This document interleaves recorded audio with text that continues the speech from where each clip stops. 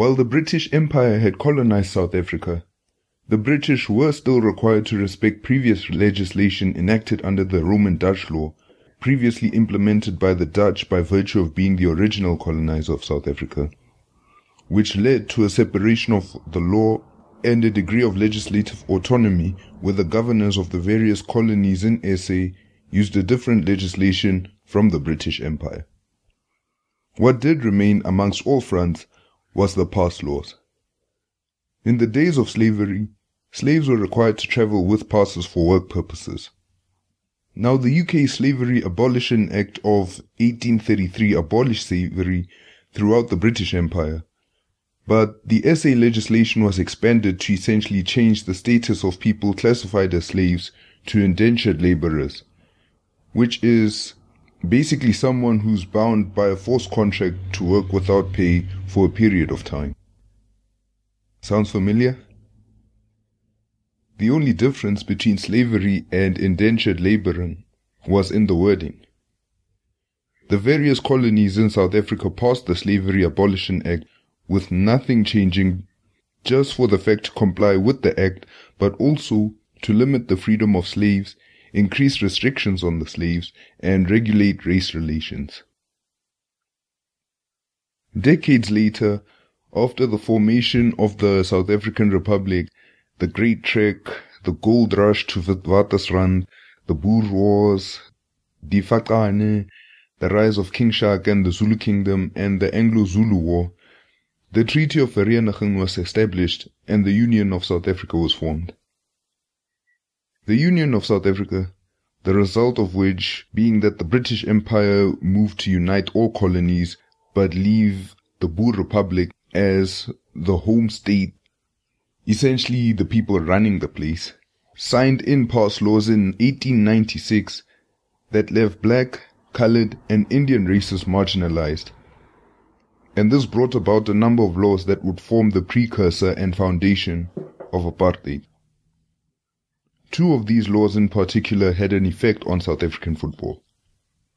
The General Pass Regulations Act denied black people the power to vote and limited them to fixed areas, and the Natives in Urban Areas Bill, which forced all black people into what you would call the ghetto or locations.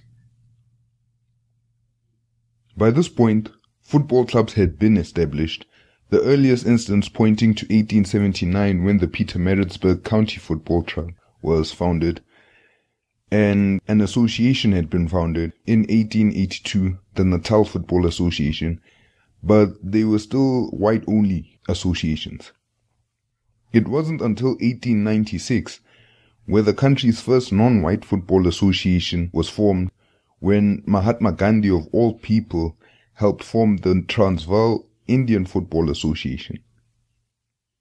At the time, Gandhi was in SA and found it shocking the treatment amongst of the blacks and the Indians, along with the brutal oppression being inflicted upon courtesy of the Boer Republic and the British. Gandhi saw how large an attraction football games were and figured he could help the participants to be a part of his social activism. In the words of Phubalan Govindasamy, the director of Govindasamy Nzingi and Governor Attorneys, and former president of the South African Indoor Football Association, what fascinated Gandhi in particular was the notion he had of football's nobility. Govindasamy goes on to credit Mahatma Gandhi with helping to introduce multicultural structure in South African sports by stating, his organizational skills and drive helped to lay the foundations for the non-racial sporting structures of today's South Africa, because it was Gandhi and his contemporaries who did more than anyone else at the time to involve non-whites, and particularly the country's Indian population, in structured sporting activities. This was all still a long way off from the unified country's ideal of today's rainbow nation, of course, but it at least paved the way for the later creation of national federation and leagues in which games could be played regardless of the player's skin color. In a time when people had moved from rural areas to find work within the city, many people opted to go out and take part in the game or take in the spectacle and socialize, as there was something for everyone. Football didn't have laws of racial segregation, nor did it require you to be of a certain color. All that was needed was a ball. Not necessarily an actual football, so as long as it was round, light, and could be kicked, it would work. An open field or area, and some goalposts, or any object that could serve as posts. And while it had a couple of rules, only one truly mattered: win. Competitiveness has always been at the center of football, and because of the enforced segregation and the fact that there were so few teams involved, there were no real stakes. This led to the formation of what is to be believed as South Africa's first cup competition, being the Sam China Cup.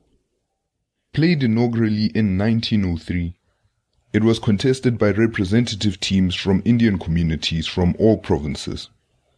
Although it would suffer from multiple disturbances, such as the introduction and reenactment of the Asiatic Registration Act in 1906 and 1908 respectively, and was handled by the newly formed South African Indian Football Association.